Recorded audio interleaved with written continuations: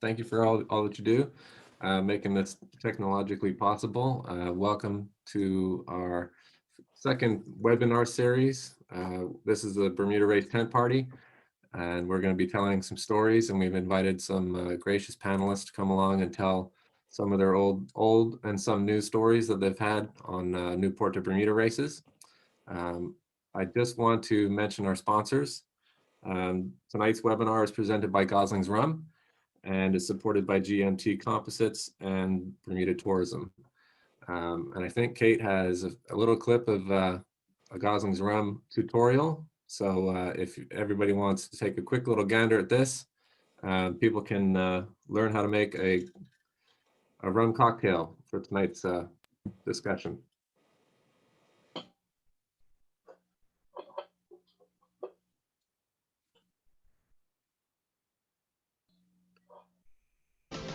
The Dark and Stormy is the official drink of the Newport to Bermuda race. And it was the Newport sailors in the early 1900s that helped spread Goslings all throughout the world. The Dark and Stormy is made with 2 ingredients, ginger beer and floated with Goslings Black Seal rum. Garnished with a lime,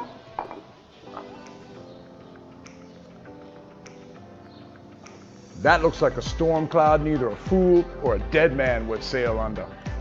Cheers. The final division for the Newport to...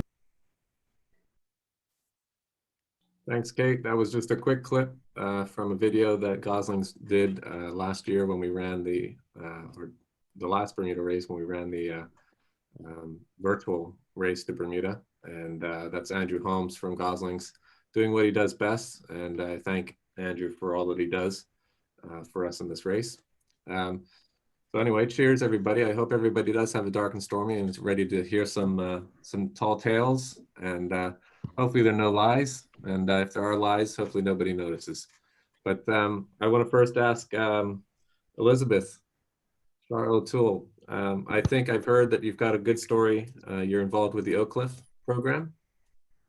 Yes, yeah. Previously, I was the training program director at Oak Cliff, and so my 2 most recent Bermudas were the 2014 and 2016 with Oak Cliff in leadership roles. So, I'm going to talk to you tonight a little bit about those experiences. And, I just have to say, seeing that pink bar and that Dark and Stormy mixed was really bringing me back, giving me good vibes. So, I suppose the race, I didn't race 2018. I was working for the Volvo Ocean Race at the time. So the most recent Bermuda race in sort of my catalog of memories is the 2016. And, some of the folks on the call tonight will remember there was great drama about this storm brewing. Two systems, two systems coming together, what was going to happen. And we had every weather service kind of dialed in. We were really tuned into what was going to be happening. And so many of the pro boats decided to stay on the dock that year, other than Comanche, of course, who got there in record time. We had specifically in that race, the 2014 race, I was a watch captain for an Oak Cliff boat that had been chartered out to a supporter. And then in 2016, I was the captain of Oak Cliff Far 40 Black. And we had a few more experienced sailors on board, but ultimately it was a crew of very inexperienced trainees.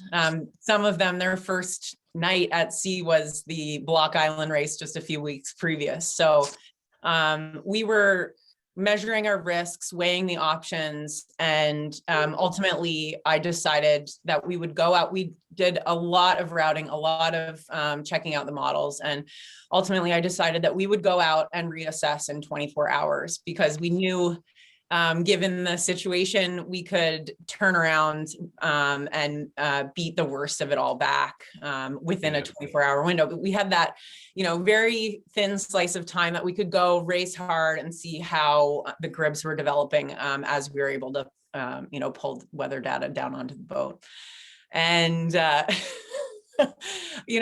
laugh so hard when I think about this race because, as I said, I had, 2 or 3 folks on board who I really could trust that their experience would lend itself to them being safe and fast offshore in these conditions. But a lot of the guys ended up going down with seasickness. And, so we got through that 24 hours and we had decided ultimately we were just going to send it straight down the rum line, which would take us through like the absolute worst of it. But,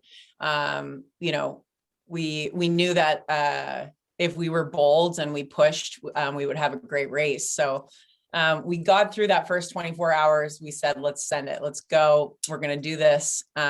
We felt safe because things had changed in the way the system was developing. So we kept at it. And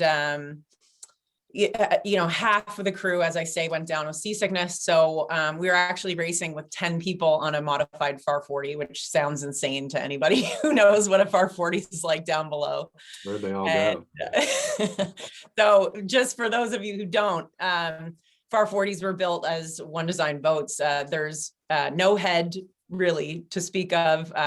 We're cooking off of a tiny little jet boil. So bodies everywhere, gear everywhere, and there were really only like 3 or 4 of us on deck sailing through the worst of it. Just barreling down 30-foot waves through the Gulf Stream, and because of those conditions, we had some very creative ways of nourishing ourselves. We couldn't really get around the seasick bodies very well, and it's kind of dangerous to be boiling water and doing our freeze dried. So we had to pull it all back and go to a sleeve of bagels with a jar of peanut butter that we were just literally dipping the bagels into the peanut butter to get some calories in. And what we called boat chicken at Oak. This is a very famous Oak Cliff thing. Boat chicken is Don Riley special. It's a large, heavy gallon Ziploc bag full of chicken parts that has been barbecued on the huge grill at Oak Cliff and thrown into the bag before you go offshore. So we had boat chicken and we had a sleeve of bagels and we were just loving it. I mean, barreling down these waves. I think I hit the top speed during the race and it was above 27 knots on a FAR 40. So we were absolutely loving it. We also, I had one of the watch captains take over and I got some rest in the middle of it because I knew it was going to be demanding all the way to the finish. And when I went down, we had the A2 up in above what it should really, its prime time is sort of 12 to 15 knots. And I hear them starting to say, okay, guys, we got to get this down. We got to get this down. It's starting to get up 22 knots. It's climbing 25 knots. They had the A2, which is gigantic on this boat. Up in 27 knots. And Chris's response to Dawn after we got back to Oak Cliff or got onto the dock, she said, what were you thinking blowing up this kite? And he said, the kite was just fine when it was in the air. It was actually when we took it down that it decided to blow up. So fair point, it was getting us barreling down these huge waves and we had an absolute blast. We got to Bermuda and we know, having done the race previously, we know what's on the other side. We got in at night and I was very confident that we would be able to navigate through the shoals and get into the club as soon as possible for one of those fabulous Dark and Stormies. So I was sure we won our class. We had just sent it all the way straight from line through this. Over here. And so one of the funniest parts is actually getting there. Here. we pull into the dock at the Royal Bermuda, and we saw High Noon on the dock. That boat that they won the youth trophy that year, and they were in a few hours before us, and I was absolutely stunned. I couldn't believe it. How did they get around us? And I'll just show you a little screen grab. This is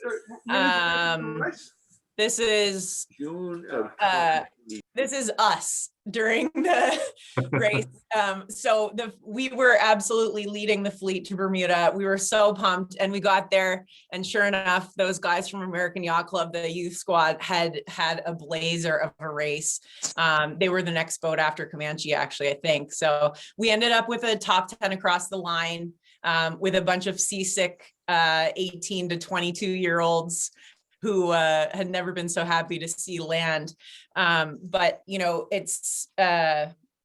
we were second in class, and because I was a category 3 at the time, we ended up with a scoring penalty. So our results don't show how hard the team worked to get us there.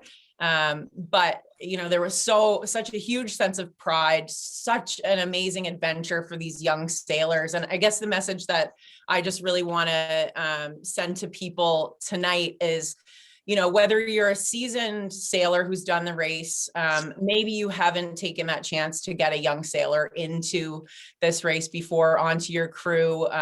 But, you know, that sense of wonderment, that sense of adventure that young sailors can bring, there's so much energy and enthusiasm that they bring to a crew. So I really want to encourage people listening tonight. They don't know how to find you. You know, they're really not walking the docks anymore. Like, you hear stories of the old days where you could kind of walk the dock. They don't know how to network appropriately. So reach out to a place like Oak Cliff Sailing Center or American Yacht Club's Big Boat Program or Mud Rats. You know, these programs are pumping out some really talented young people who just need a shot. You know, I really want to encourage people to explore that opportunity for their crew for the next one. And, you know, that's just a very small bit of what happened on that Bermuda race, but it was a real stunner of a race, and I'll never forget it. Yeah, that's always good. I mean, I don't know. I've done 9 Bermuda races myself, and now I'm getting older. I have trouble remembering them all and like what they were all like. And was that the light air race, or was that the heavy air, Yeah. or, you know, what boat was I on that one? And Yeah. but I do agree with you. Bringing in new blood and the younger generation into the race is really good thing. It's really cool. And you mentioned the Mud Rats program, so we might as well go to Lindsay. Because I think she's had firsthand knowledge. What do you got for us, Lindsay? Hey, good evening, everybody. I'm Lindsay. I am part of the Mud Rats. I'm also part of the Magenta Project, and I'm currently prepping with Trader Sailing for the Transpac this summer. But I wanted to give you guys a perspective on my first and so far only Bermuda race, which I did with a youth team in 2018. As Liz was talking about, sometimes you don't really know how to get into one of these races. I have been a sailor all my life, but I never really thought of offshore as something that I could do. I grew up sailing dinghies, and curiously, my fascination with the Bermuda race has been lifelong, even though I didn't sail offshore until about 2018. To me, the Bermuda race was kind of the stuff of legends. I didn't really know anyone that had done it other than my dad. And he had done it with the Coast Guard Academy. So back before I was born and when I was really little, before I could remember. But the life of a Coast Guard guy keeps you always near the water, but always moving around. And so the biggest boat that we had growing up was a JY-15 that we could trailer everywhere.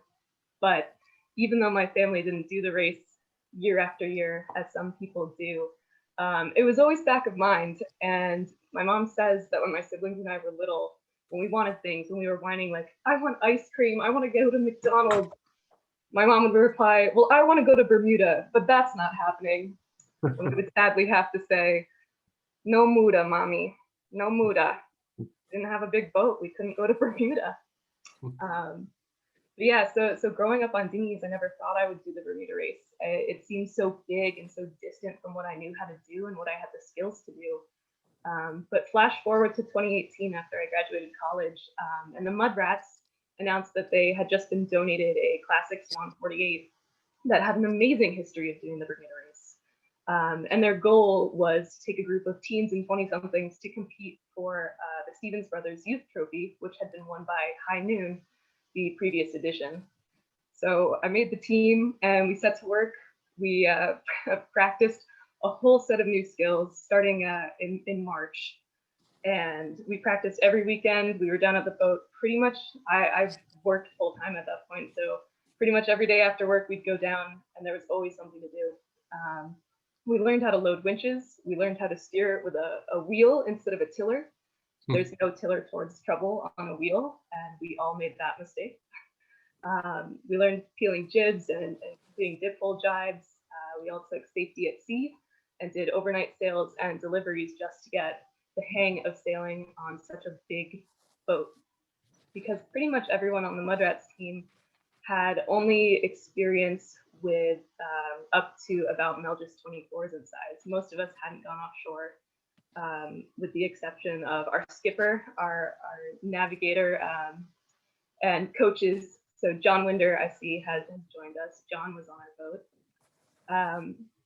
And one of the other important things we learned was how much of the preparation isn't actually in the sailing and how much more work it takes to get ready for the race. So this group of teens and 20-somethings, we inventoried and sorted, we installed and updated electronics, we spliced line, we packed sails, and we cleaned everything again and again and again.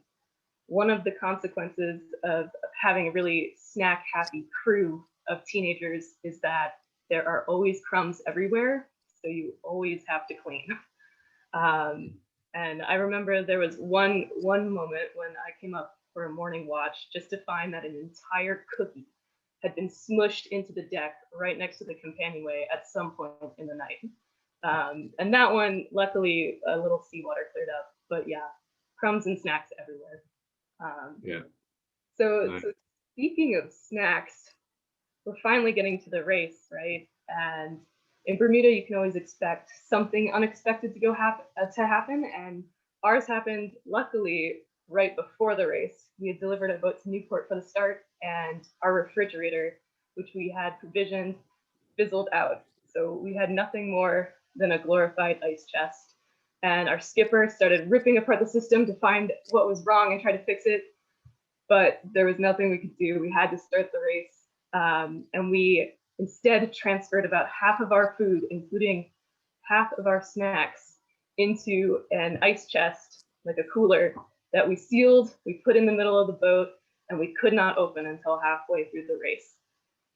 But problem is, our crew, like I mentioned, was really snack crazy.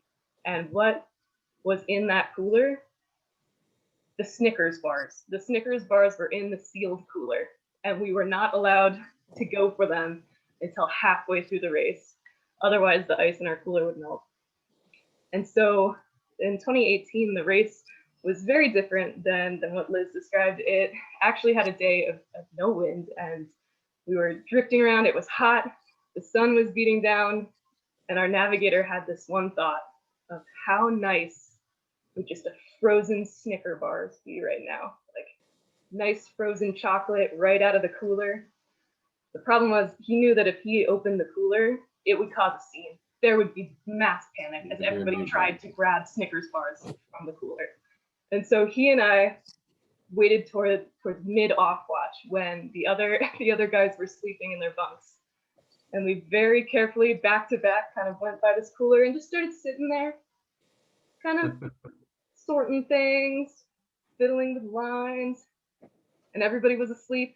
My teammate Gannon was asleep on the settee right next to me, so my goal was watchdog. I was watching to make sure Gannon did not wake up and see what we were doing. We think Gannon's the one that smashed the cookie on the deck, but it's okay, he cleaned it up. And so our navigator very, very cautiously starts lifting the cooler lid, and he successfully grabs a King Snickers bar.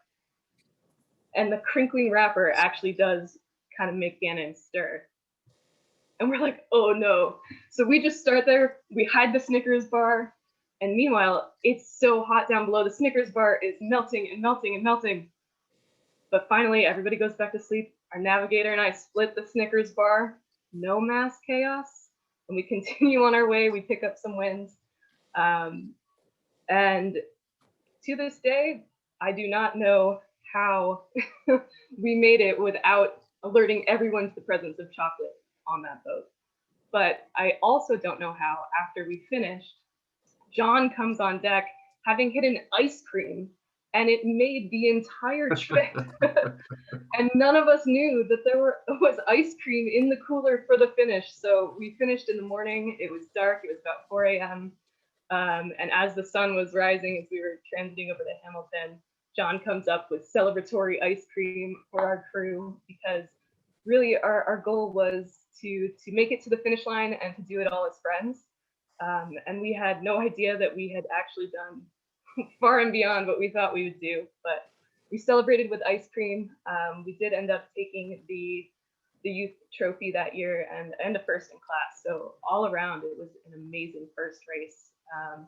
And I really encourage anyone that's looking to do the race to reach out and find some of these teams that are really pushing forward in youth sailing. Or if you are someone who is not a youth, look for these sailors. We're really excited. If you have snacks, we will come. Yeah, yeah. Good top tip for boat owners. Make sure you have good snacks, and you'll get young people to do the foredeck work, right? Oh yeah. I mean, that's all you Do need. anything for snacks. Perfect. Always Yeah, have great a candy bar and a candy drawer on the boat that they can come down and eat anytime during their watches and feed themselves. It's a good motivator. Good motivator. Yeah, it must, John Winder must. My dad is the same way. For some reason, I've done a lot of races with my dad and friends, and we have actually finished a Bermuda race with ice cream on deck. And I to this day, I mean, it must have been really down in the freezer, but yeah, to this day, I think still. I've been doing this all wrong. Like you guys are talking about Snickers bars and ice cream. Like we have been trying to provision with like food for athletes to fuel them, you know? Like Yeah, I we're mean, doing it all there is a wrong. balance, right? There's a balance in life. I've done the freeze dried and the jet boil, you know, I've done the ice cream up North Shore. Yeah. So also come up North Shore with literally no water left on the boat, except literally it was tonic water that was left. That's what we were down to. Oof. That was an extremely slow race. I think we mixed post-race drinks on board a boat that I sailed on previously at the end of a Marblehead race. Gatorade and rum. Not a good. Almost as bad as Black Seal and tonic water, which I would not recommend. Would not recommend at all. Ooh, yeah, But that anyway, sounds like a sporty one. So captains, don't pick up on the snack idea and circulating around their snack provisioning. Why don't we go to Ron? I think Ron, you've done the walk the dock to get on board a boat, have you not? You're also on mute, Ron. Ron, you're on mute. Yeah. So it was actually a few days before the Bermuda, the actual start of the race, that I got in touch with a friend of mine who lived up in Newport, and he said, "Hey, you know, my wife and I just bought this 45-foot race boat. You can actually, there's a picture of it behind me here, which is the start of the 2008 Bermuda race." But that's where the story ends. The story begins with me calling the broker, who was a friend of mine who'd sold me this boat. And I said, "I want to do the Bermuda race. I have this long time goal of doing the Bermuda race down the line. I've never done it before. I've done tons and tons of racing and sailing at high levels, but I haven't done the Bermuda race. I want to get on board." And this was probably May or something of 2000. And I said, I don't know anybody who's doing the race. I just want to do it. So he said, "Well, there's this guy at the yard, and he seems, it's a pretty good boat. I think it's, a big CNC 52, and they just did the ARC Rally Transatlantic, and they did pretty well. And I don't really know the guy, but here's his contact information, and give him a call." So gave the guy a call. Blah, blah, blah. Long story short, I end up on the docks in Newport for the first time, stepping on board this CNC 52, which was a fairly famous boat in its day, but this was not its day. And I walk on board and there's just stuff all over the boat. The primaries aren't working. Neither of the heads is working. The stove isn't working. As I'm trying to prep the boat and figure out what's what, I find out that half the crew has never really sailed offshore before. Some had never sailed at night. Some had never sailed in salt water. I'm like, oh, okay. And Who's the I can inspector? talk, huh? Well, I would like to know that, but I didn't know anything at the time. Now I'd be even more horrified. This was my first race. What the hell did I know? So we get out to the start. It's now 2 days later. We've offloaded a 300-pound chicken chute that was just, soggy and had holes, and we're not going to need this. We've lightened the boat. We've sort of got the primaries. One of them is sort of working. The other one, we're like, okay, we'll figure out a way to work around it. We go out to the starting line. We have a brand new main, nice, brand new main, but it had never been bent on. We had no idea if it would fit. But we're laid off the dock because the boat wasn't really prepared. And we get out there, we start trying to bend on the main. The battens are too long. We're like sawing down the ends of the battens to get them to fit. We're like up and down with this heavy Dacron main, all under the pressure of like, we got to start soon. We finally get the main up and with reasonable batten functionality. I won't even call it tension. We'll just call it functionality. We jibe.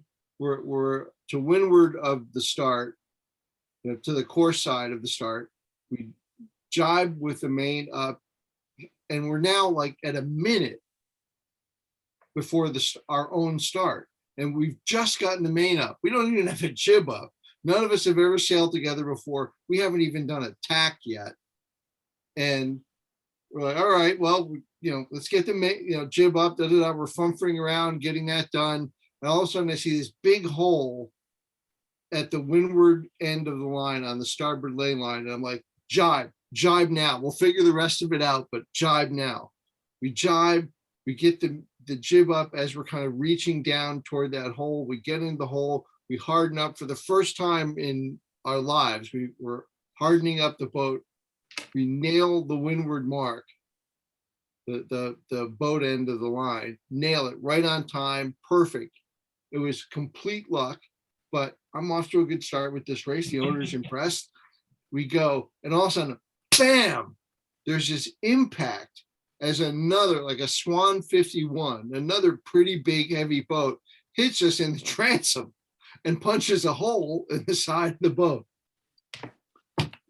Like, okay, did not see that coming. One of the crew goes down with a bunch of Marine techs and slaps it in the hole. We slow it to a trickle. And we start racing. Boat's not in danger of sinking, but it's still kind of an unsettling feeling. Yes. So within the next few hours, we hit some fairly bad weather. Half the crew got seasick. Both of the heads failed, and then the stove wouldn't light.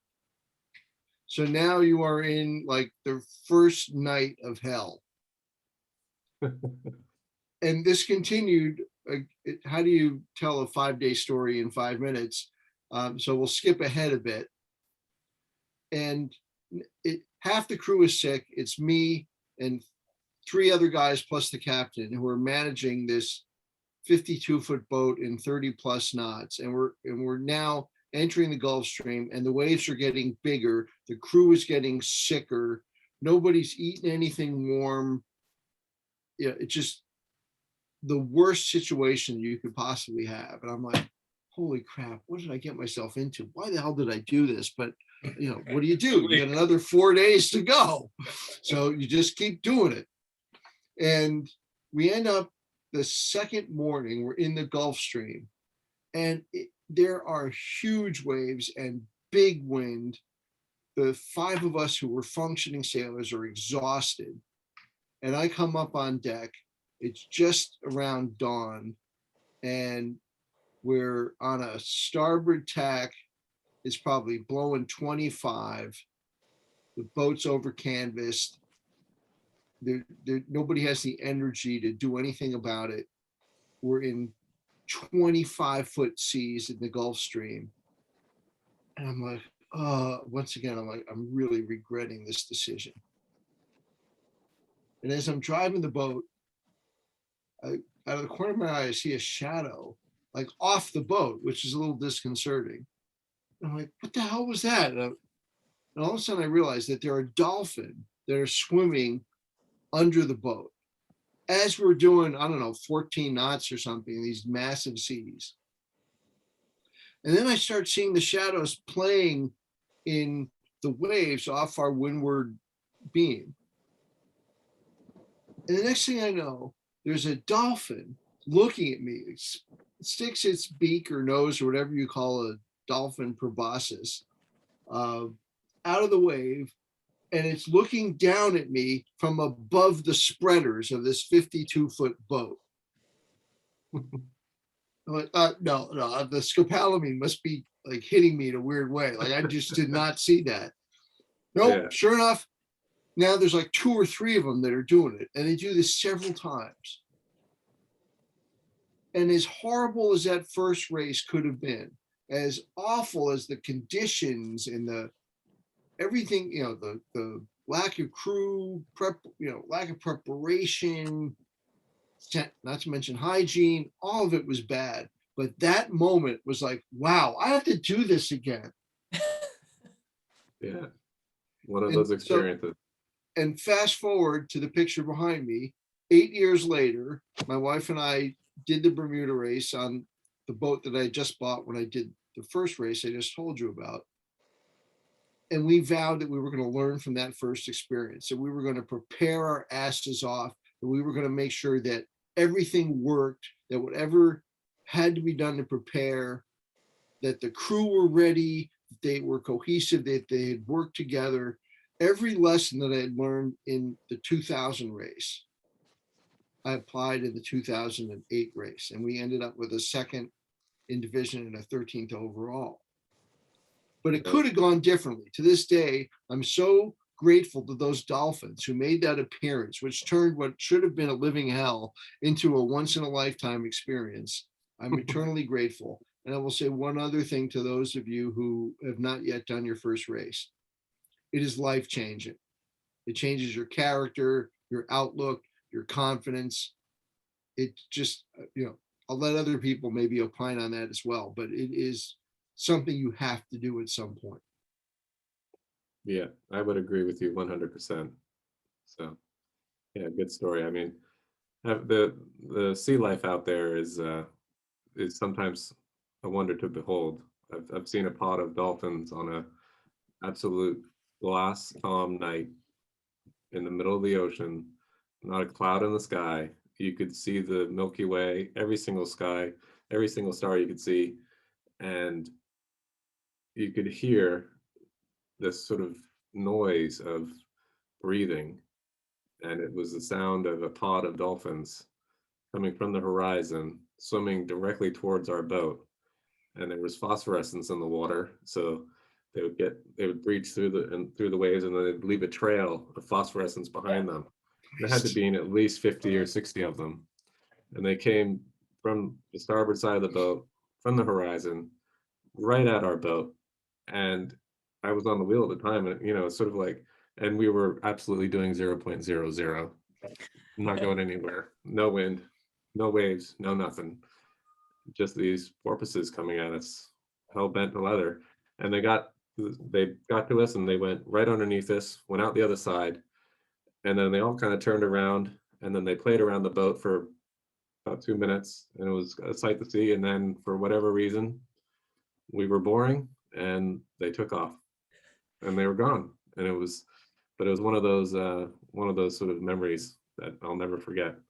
That, and porpoises and the stars you can see out there, with no light pollution at all. It's pretty amazing. Maybe just make one last point building off of what you said, which is the delivery back is a great opportunity to bring in new people who haven't been offshore. But I did it.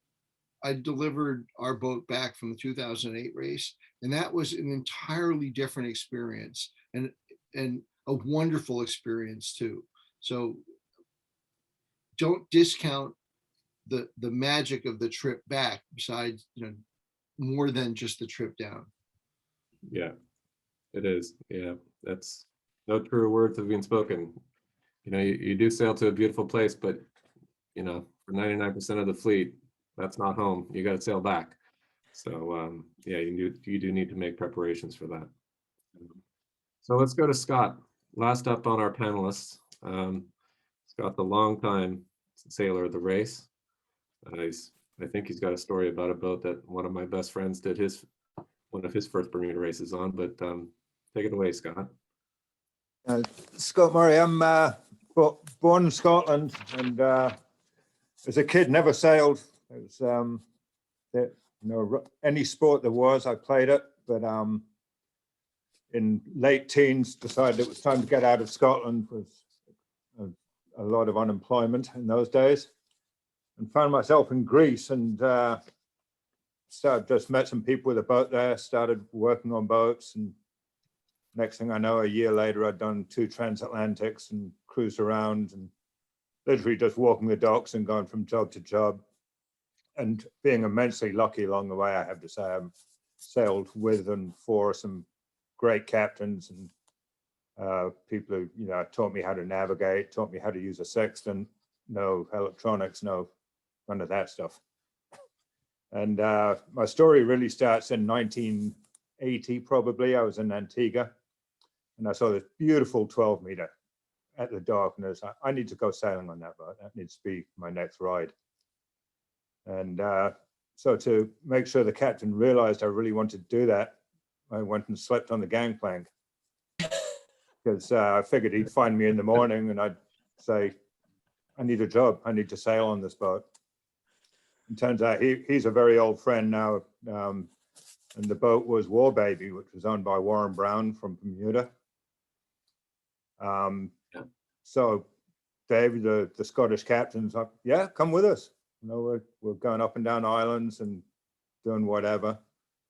And they just sailed across the Atlantic on a 12-meter, which is almost as foolish as doing the Bermuda race on a modified 540. Yeah. And this thing had a rolling boom. You had to roll the boom up to reef. Oh my. So it was brutal. But we sailed the boat back up to Bermuda, and I stayed working for Warren for a couple of years. And eventually, end of 81, early 82, he bought Tenacious from Ted Turner, and I helped get the boat up to Bermuda. And then Warren and a fellow by the name of Marvin Green, who had a house in Bermuda. I believe he was a company that started the Muppets back at that time. Which brings me to my first Bermuda race.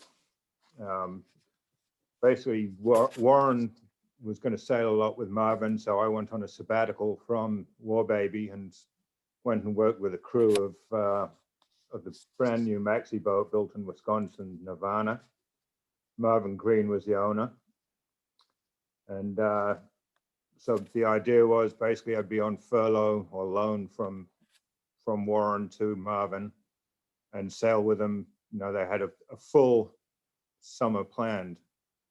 At this stage, I'd never done a big ocean race. I'd done a fair bit of, smaller boat racing, relatively smaller, but I never got into the maxi fleet. So the spring of 1982, we put the boat together. We put all the deck hardware down, a bunch of rapscallions, young bunch of guys who, many of whom went a long way, are now like scions of the yachting industry, working in boat yards and yacht management and so on and so forth. We're under the leader of Michael Keyworth and his long-suffering bride, Nancy, she was our den mother, and tried to keep us under a semblance of control, I think would be the best way of putting it. So fortuitously, this was all before the interweb, the Instagrams and Facebook. So there's no record of the things that we didn't do. And the unbelievable stories can just remain that way. It's quite good. So we did a bunch of sailing that spring in Long Island Sound, Bermuda races, Block Island race, getting the boat ready and shaking down. We do the onion patch, and at that stage, the boat had a full removable interior. And this is a full-on maxi boat, 80 feet, and there's a gorgeous paneled interior that could pop in and pop out. So Marvin chose to do the christening, the official christening for the boat between Onion Patch and Bermuda race.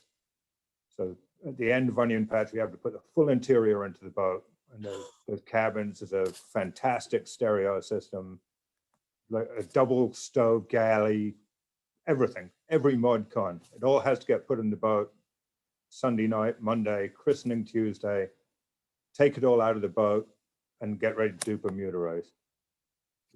And meanwhile, as we get the interior out, there's all of a sudden there's a big hype about there's a tropical storm coming or a subtropical storm coming our way. And should the race be postponed or not? So you've got all of the wind up for the race, and you've got a bunch of young guys who enjoy themselves of an evening.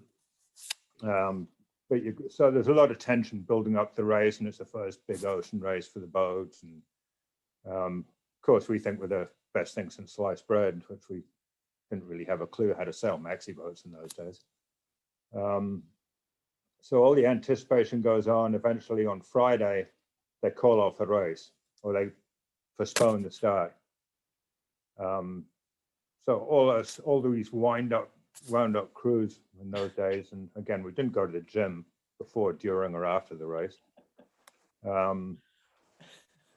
So the bars were very grateful, for our staying for an extra day, and then another day. The race ended up starting on the Sunday. So the owners and the bars and the restaurants were all very happy. But one fellow, Paul Hoffman, who had a very famous boat by the name of Thunderhead, early Storm Trysail Club guy, he was pretty upset about the whole thing. One of his quotes was, "It's an ocean race. People should be geared up for anything. A lot of people shouldn't even be out there in the first place. And those are the people they're looking out for." Paul's boat, Thunderhead again, in the following January's Key West race, which had a forecast of like 20 to 25 out of the east. And it turned into 40 or 50 as everybody's trying to come out the cut in Fort Lauderdale, which left the bulk of the fleet. A lot of the fleet couldn't even get out through the cut to the start. But eventually did. Thunderhead was one of two boats, Infinity being the other. John Thompson's very famous. I think that was probably a 45-footer in those days. And John's another long-time Storm Trysail fella. The two of them finished the race. Everybody else abandoned. One boat, Jackknife, ended up on the beach off Fort Lauderdale with the big lee shore, obviously, and the whole cockpit got knocked out of the boat by a wave that just landed, came straight down on top of the deck and blew the cockpit out of it. And the boat sat there on the beach for a few weeks, if I remember right. And then later on, about comments on that race where Tom Eamon said more people are going out with less and less preparation, without the requisite skills, the experience, and really shouldn't be out there. And Vince Montesano, who is Commodore of Storm Trysail in later years, one of the founding members, I believe, he said, and remember this comment because it comes in at the end of the story, he said, boats are going faster and faster. The faster they go, the more dangerous they become. And boats in those days didn't really get that much faster. They just got deeper. They just sank deeper and deeper in the water, and Like a just bigger didn't go hole. faster. Yeah. It got pretty scary because everything just loaded up.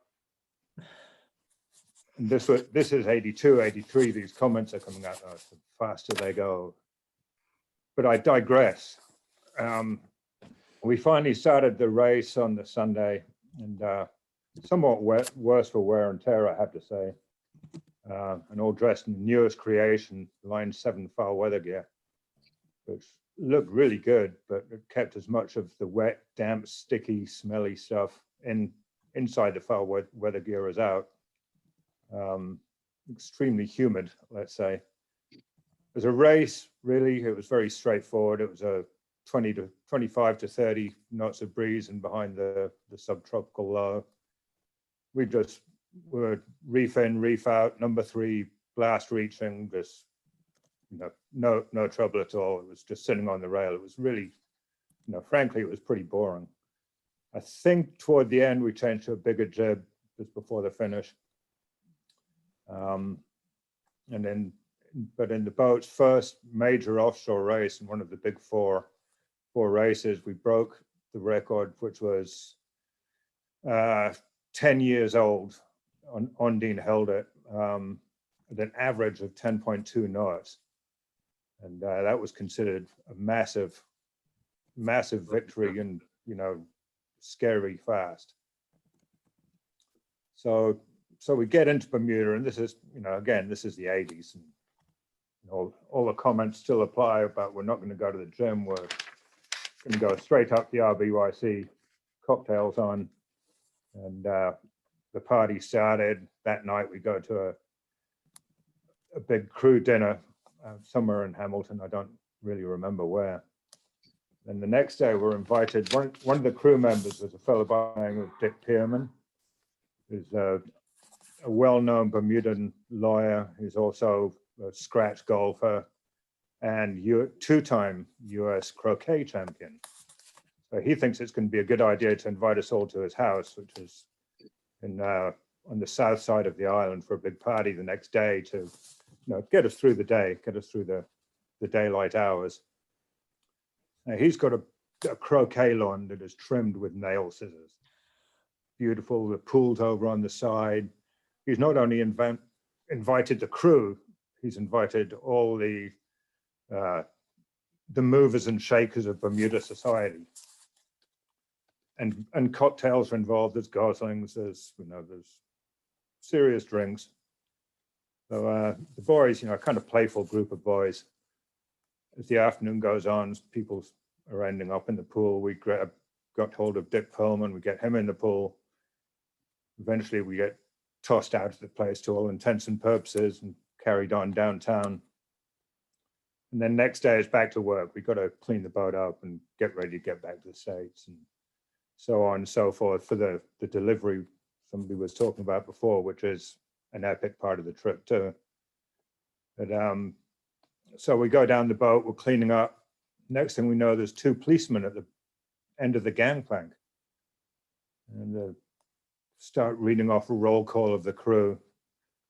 And it's you, public intoxication, you defiling somebody's swimming pool, you assaulting people and throwing them into said pool.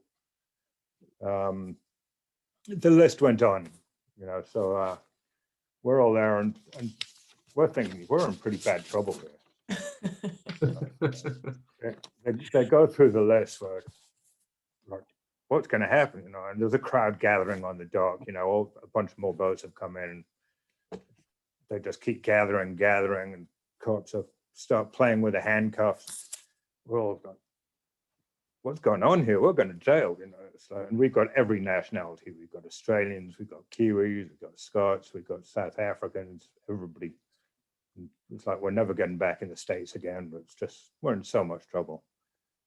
And we look up to the balcony of the club, and there's Marvin and Warren and Dick Flowerman, who knows all the policemen. And he's set these policemen up to come and just scare the crap out of us, to be blunt. So well played, it has to be said. But so that was that. You know, the rest of that year, I was lucky enough to be able to continue sailing with Marvin and that group, and a fantastic group. We went over to Europe and sailed in Sardinia, Palma, Middle Sea Race. It was quite a year, but in those days, and that was really the days of walking up to boats. And, you know, you need somebody. We all knew each other. We all entertained each other. It was a very close-knit community. But yeah, there was a lot of entertainment. You know, I went on to do probably, I've been trying to put a list together. I think I did 12 or 13 more Bermuda races, 4 or 5 Hobarts, I think 3 or 4 Fastnet races, 1 Transpac. I regret that immensely. I'd love to do a few more of those. Good luck, Lindsay. But it was a big treat. And then later, you know, it was another 10 years before that record. Nirvana's record was broken, I think, by Boomerang first at like 10.3 knot average, and then Pywak at, I think, in about an 11 knot average. Then in 2012, along comes Rambler. They broke the record, did the race in 39 hours for a 16 knot average. Yeah. And that boat, as it got faster, if we go back to the boats getting faster part of the story, that boat actually got safer the faster it was going. Just skip along the water, as long as you held on. That was a key. And then a couple of years later, Comanche comes along and does it in 5 hours faster than that, 34 hours, 42 minutes. So an 18 knot average, which for an ocean race, any ocean race, is just outstanding. It was, you know, just remember that comment about boats going faster, Vincent Montesano. But yeah, so that's the story of one of the Bermuda races. There's a lot of other stories to throw in. That's sad, but just trying to inject a bit of the humor of them and the you know, what it was like in the old days. You know, I feel like an old guy putting it that way, but Well, with all your experience, I think we can say you're well storied. yeah, there's plenty of them. Plenty of them, and probably a lot of them may not be appropriate, or you may not want to have recorded. But thank you very much. And yeah, it's that's why we're so happy that Facebook wasn't there. Yeah, exactly. Free Facebook and Instagram days. Those were the days, right? So a level I of want to excitement take this time because just to thank everybody, all the panelists, for sharing a story. We do have a couple of stories from some viewers, and it looks like Rick has got a story. greetings. Good evening, Summer. How are you? Good, thanks. How are you? Good. So my story is simple. I did 3 Bermuda races. I'm a straight Corinthian sailor, only sail with Corinthian folks. We did 3 races on someone else's boat. And then I thought I was smart enough to do the Bermuda race on our boat, which is a J120 called Rocket Science. And I thought I was so well prepared. And we were last in our class by a technical term here, a shitload, okay? Okay. They lapped us almost, okay? But doesn't matter, okay? We stayed with it. And then, so that was in 2012. And then we tried it again in 2010 was our first race. We tried it again in 12, we tried it again in 14. 16, I had to work, so we couldn't do that. Well, I worked the whole time, but anyway. 16, we didn't do it. 18, we did it, and we won our class. Okay, so stay with it. It was a blast. Okay, so that's it. I'm going to keep my comments to under 2 minutes. I'm done. Okay. Well, Rick, thanks so much for sharing that with us. Yeah, Rick. Are you going to be with us in 2022? No, I can't wait to 2020. I'm either going to do it on my boat or on another friend's boat where, you know, we've been swapping back and forth. Some races we do on his boat, some races we do on our boat, and it's great fun. Yeah, so I'm done. Thanks, Rick. I think we're going to go to Brian. Brian, welcome. How are you? Well, thank you. How are you? Great, thanks. I hear you have a story to tell. Well, I've done the race. I've been graced to do the race on some amazing boats 12 times. My first race was in 1998 on a boat called Signette. If you've seen the book Birth to Bermuda, I'm the guy that's standing at the mast looking for the start. But my story is really short. It involves being on the way to Bermuda. And I've done this in 30-foot waves on Serena, on Mense, on Aurora. My last race was 2018, where we did best overall performance, and I was graced to be on board with some truly amazing people.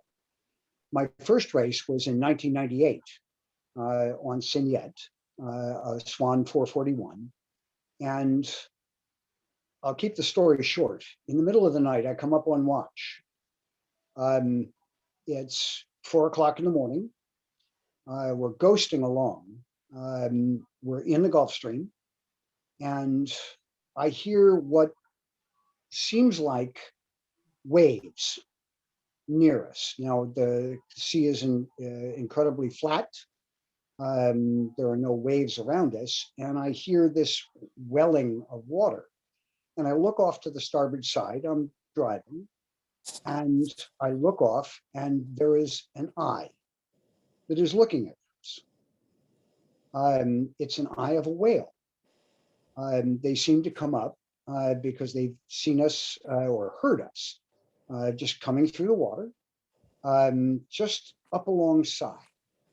And there is an eye that is about a foot wide, and this whale is just ghosting along on our starboard side. And it probably followed us for about 15, 20 minutes, dives once or twice, comes up alongside of the starboard side of the boat. And I can tell you that there is nothing that has the worst breath on the face of the planet than a whale that blows next to you, and it comes right across the deck. And just completely, just everyone on board is like, oh my God. And then the thing dives and disappears. And that is something that I will tell you is in my dreams. And I think about this all the time. And it is one of those magical moments because the stars were above us. We could see the Gulf Stream and we could see the Milky Way above us. Stars so bright that you could reach out and grab a handful of them and just keep them with you. If you have the opportunity, do this race. You're so far away. You look around you 360 degrees and all you see is the curvature of the earth. And I hope to show my granddaughter this. You look around you, all you see is the stars in the night. And it is just, I mean, it's just one of those things that you cannot describe to someone unless they've actually seen it. And I would encourage anyone that can possibly do it. It's just one of those magical things on the planet that few people actually have the opportunity to do. End of story. Well, thanks, Brian, for your great story. I mean, maybe he was coming up for some boat chicken. Yeah. Well, I don't know. I was just gonna ask Brian if that mahi, the Dorado that he's got in his background, did you catch that on a delivery home? Yeah, that looks like a prize trophy. We've actually done that on Mense on the way home, and had some incredible fish on the way home. Yeah. So. Great. Well, nice. I just want to try and wrap this up because I know we've kind of almost reached an hour in total of just telling stories and drinking Dark and Stormies. But I just want to ask each of our panelists if they have any final closing thoughts, maybe for people obviously who are tuned in here, thinking about doing the 2022 race. Any final words of advice for anybody out there? Ron, you got your hand up. So my advice is to crew or potential crew who haven't done it before, is vet the program that you are going to do it with Mm. prior to doing it. Agreed. However, to do Safety that first. properly, you need to find the boat the year before the race. So this is the summer to find a boat that is looking to do Bermuda, get involved, figure out who you're sailing with. Is the boat ready? How can you help it get ready? But then just, yes, a couple of people have said it, just do it. It is such a life-changing experience. I think somebody said that more people have climbed Mount Everest that have done the Bermuda race or something. Maybe it's not true exactly, but it's pretty damn close to true. Well, And we're it's an more lucky, I incredible feel. experience. Exactly. Yeah. Lindsay, I haven't heard from you for a while. Any final words? Yeah, I think I'll just echo what Ron said. I think throughout the stories, we're seeing that this race is special because of the people you do it with and what you can accomplish together. So when you're going out, find people that you mesh with and that you can take this experience on together and really share something special. Great. Yeah, totally agree. I was lucky to do it with my dad and his friends for a long time. So, you know, it was a pleasure to do that. And yeah, you mesh well with people that you know. Although you can also do it with people that you don't know. I've done trips that way as well. Liz, any final words? Yeah, I guess, you know, there have been some really like rich, lovely stories tonight. It's just getting me excited to get back out on the water. You know, this has been a really long time to be away from the sport that we love the most and the people who really bring so much to our lives. So I really just want to thank you all for these stories tonight. It's been a treat. And I've put my email into the chat if anybody wants to connect, talk more about bringing a more diverse crew together, whether it's young people or women. As I've said, you know, I have lots of offshore experience and really happy to help facilitate some connections moving forward, whether you're a crew looking for a boat or a boat looking for a more dynamic, diverse crew. Happy to chat. Yeah, no, it's going to be good to get back underneath the tent with a real Dark and Stormy in hand. No and, doubt, you yeah. know, talk to other crew and, you know, do all of this at some point in the future. So yeah, it'll be great. Scott, you're gonna close us out. Yeah, really, I just echo all of the above. You know, it's I was lucky enough, like I say, to grow up in the days where you could walk around and get some pretty good rides, and then stayed with the whole sailing industry, and I've been, yeah, I can't say how lucky I am. Just a couple of closing pieces of advice. The main thing is never do an ocean race where you finish somewhere colder than where you start. I've done a Hobart race. I've seen it snowing in Hobart. You're going Mine south, is southern hemisphere. Scott. Mine is nothing goes upwind like a 747. So That too, especially That's across the critical. Bass Strait. yeah. Yeah. And, Although the 747 doesn't fly anymore, so you're gonna have to. Well, okay, fine. We'll find it. You're gonna have to update that to an Airbus or something, maybe. But yeah, no, I want to again thank you all for coming and sharing some stories with potential participants in 2022. I think we're going to wrap it up here. My Dark and Stormy is basically about done, and our next webinar is going to be next month, and it's going to be about how to prepare your boat and safety. And I know that's going to be a good one to watch. So if people want to watch the website and go and get details on that, they can sign up there. And also there's been some questions of, you know, people looking to do the race. One of the things that the race organization does is have a crew list, which will be opening up around the time that we open up entries, which should be in about June this year for next year. And so people can go online if you're interested in trying to get a ride. Rather than walk the docks, put your details in and try and find somebody looking for a crew so you can get online. So thank you all once again. Enjoy the rest of your evenings. and hope to see you on the start line in 2022. Thank you very much. Thank you. Thanks.